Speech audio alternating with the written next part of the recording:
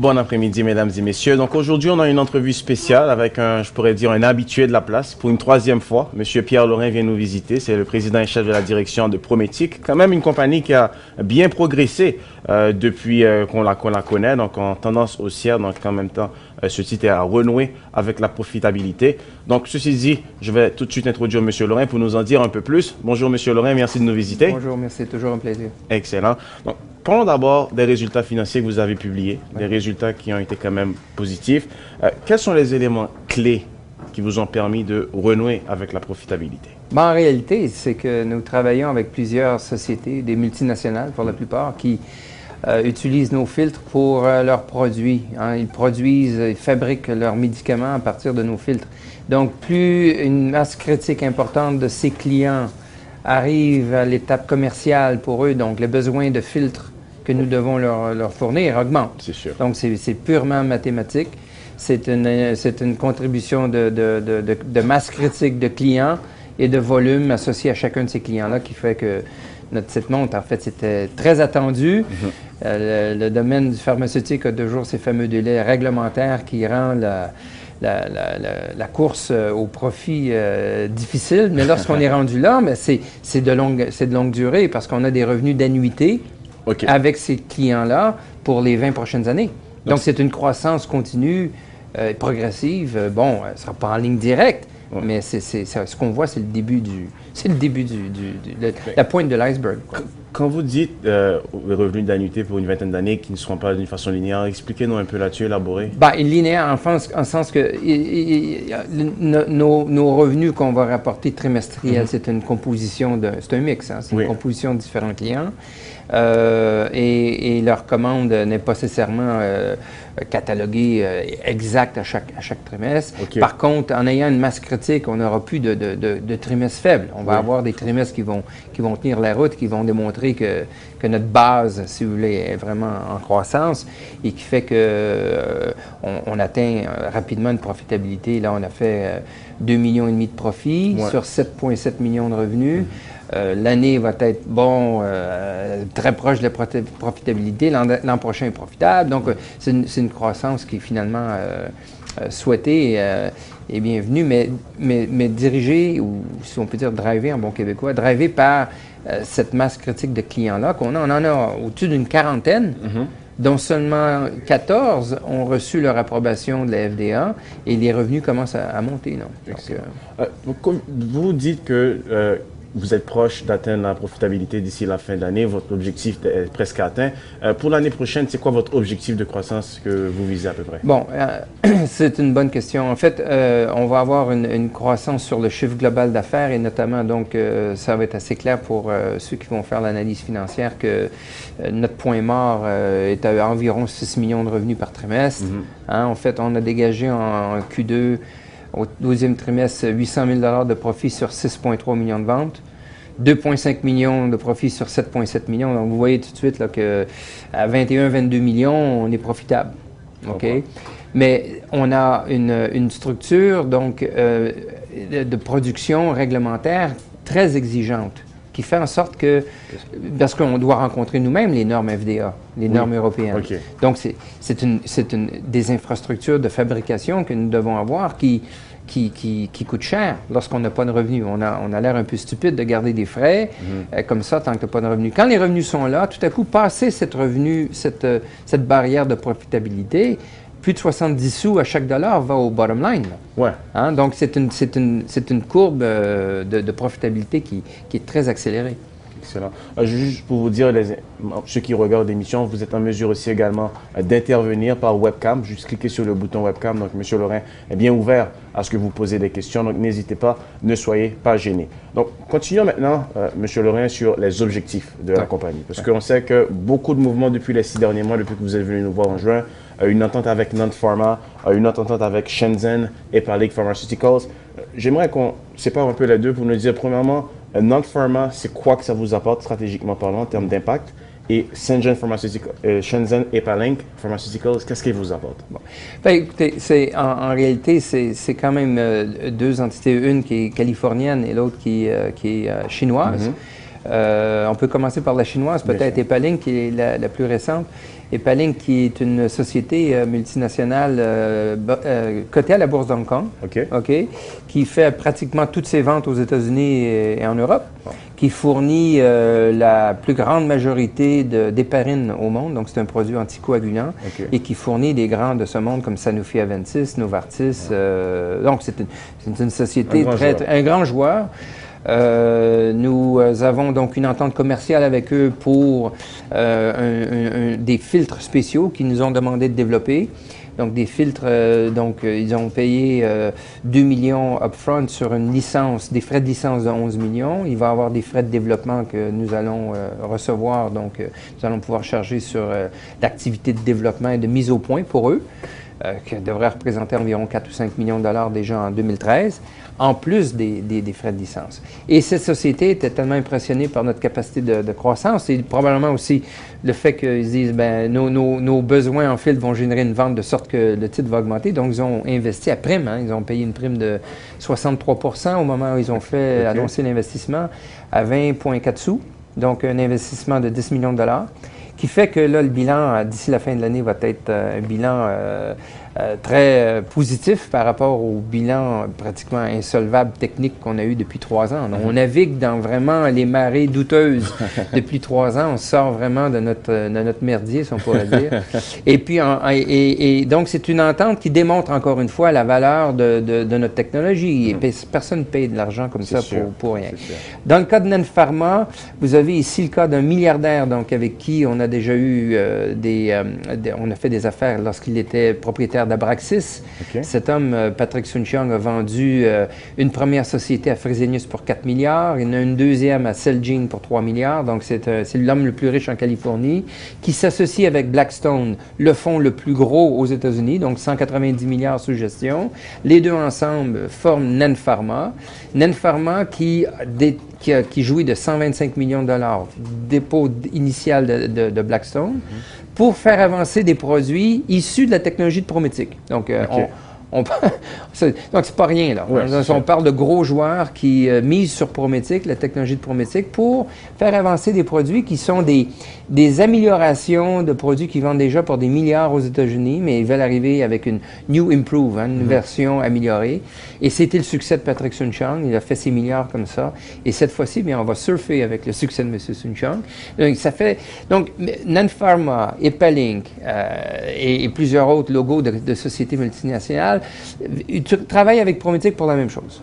Avoir accès à notre technologie pour leur permettre de faire des médicaments avec des meilleurs taux de rendement de production ou leur offrant une meilleure pureté, un avantage stratégique, qui leur donne une possibilité de prendre des parts de marché plus élevées. Puis nous, on découle de ça des ventes de filtres, des royautés, et dans certains cas, on va même fabriquer le produit pharmaceutique dans notre usine de Laval. Ça, c'est important. Restons là-dessus sur votre produit.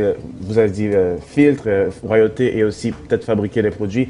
Parce que regardez sur votre site Internet, vous disiez que vous voulez augmenter dans l'échelle de valeur.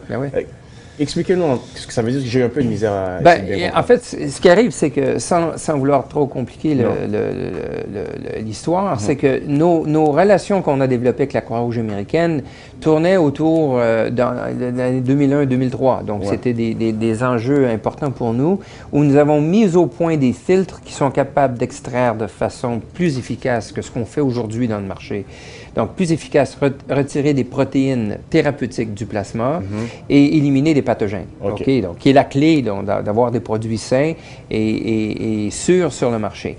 Donc, vendre notre technologie sous licence, c'est une chose, mais avoir la capacité de fabriquer les médicaments à partir de notre usine, c'est encore mieux. Parce que là, cette fois-ci, Nen Pharma peut dire, bon, on fait une licence, on vous paye de l'argent Prométhik, mais vous allez nous fournir le produit.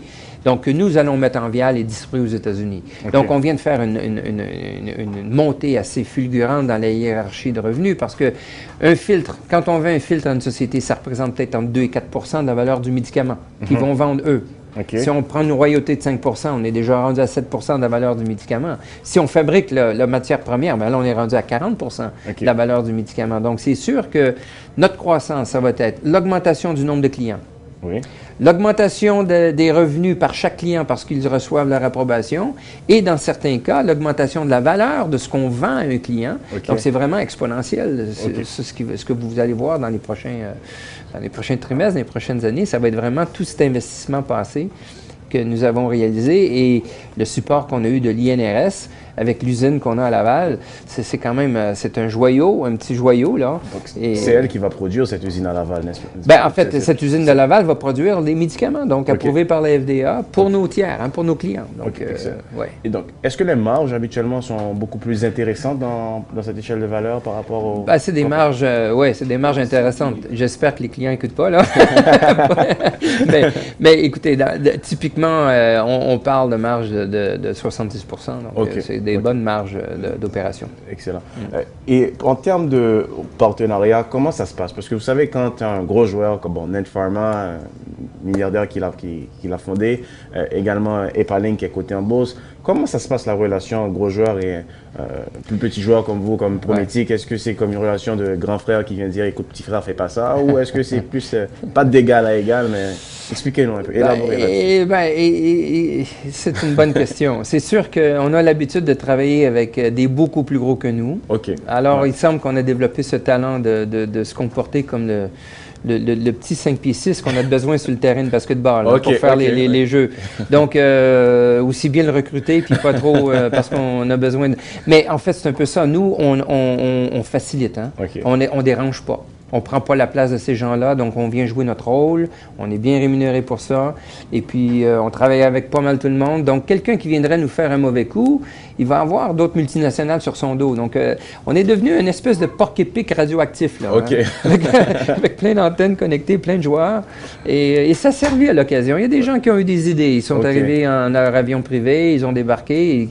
Arrivés dans la salle de conférence, il y avait cette belle diapositive avec 28 logos de plus grosses qu'eux. Et on se dit, ben, vous faites un move et puis il va avoir des retaliations. Excellent. Par rapport, l'usine de Laval, est-ce qu'elle a déjà démarré? Est-ce que vous prévoyez faire des investissements supplémentaires? Parce qu'il y a des revenus qui commencent à rentrer maintenant. Les revenus, présentement, sont tous générés de par nos activités, nos filiales en Angleterre, Cambridge. On a une filiale à Cambridge et des filiales à Rockville, donc dans le Maryland, aux États-Unis, qui est issue de nos joint ventures avec la Croix-Rouge américaine. Hein, parce que la Croix-Rouge américaine, lorsqu'elle a eu l'ouragan, on a rapatrié tout ça. Vous disiez ça dans la première entrevue. Et puis on a coulé de l'encre rouge entre-temps, mais là, tout à coup, l'encre noire arrive. Et vous allez voir que c'est une belle histoire. Donc, ça, c'est une chose. L'usine de Laval, c'est une usine donc le bâtiment est propriété de l'INRS. Nous l'avons loué pour 20 ans avec des options, etc., des options sur le terrain adjacent, donc capacité d'expansion.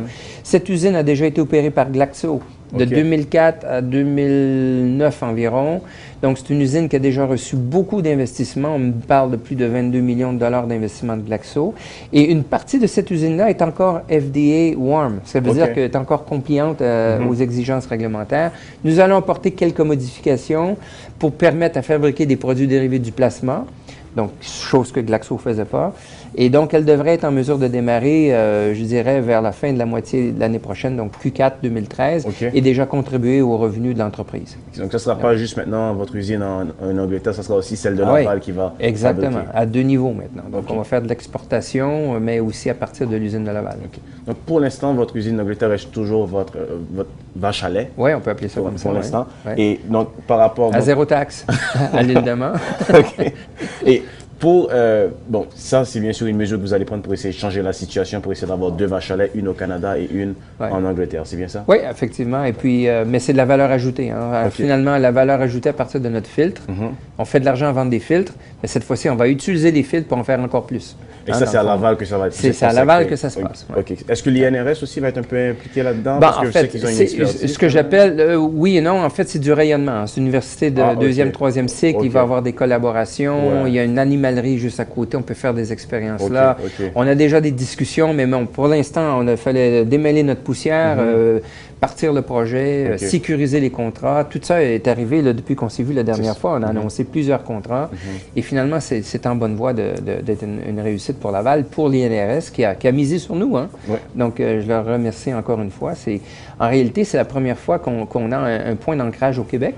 Hein, bien que je suis du Québec, on fait le projet depuis le Québec, depuis 1995 au Québec, mais c'est la première fois qu'il y a une institution au Québec qui est venue s'associer avec Prométique pour faire quelque chose qui va bénéficier tout le monde ici. Excellent. Donc, juste pour terminer, il reste quelques minutes. On fait toujours ça avec tout le monde qui vient. C'est un auditeur qui vous a regardé depuis un certain temps, qui pour l'instant n'a toujours pas profité de la hausse de Prométique.